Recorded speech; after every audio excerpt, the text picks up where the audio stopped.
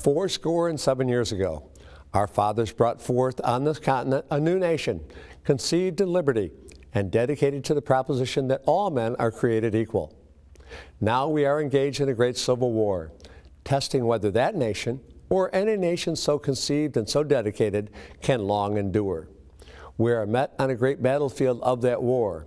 We have come to dedicate a portion of that field as a final resting place for those who here gave their lives that that nation might live. It is altogether fitting and proper that we should do this. But in a larger sense, we cannot dedicate, we cannot consecrate, we cannot hallow this ground. The brave men, living and dead, who struggled here have consecrated it far above our poor power to add or detract. The world will little note nor long remember what we say here, but it can never forget what they did here.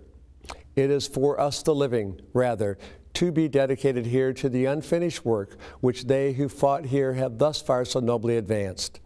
It is rather for us to be here dedicated to the great task remaining before us, that from these honored dead we take increased devotion to that cause for which they here gave the last full measure of devotion.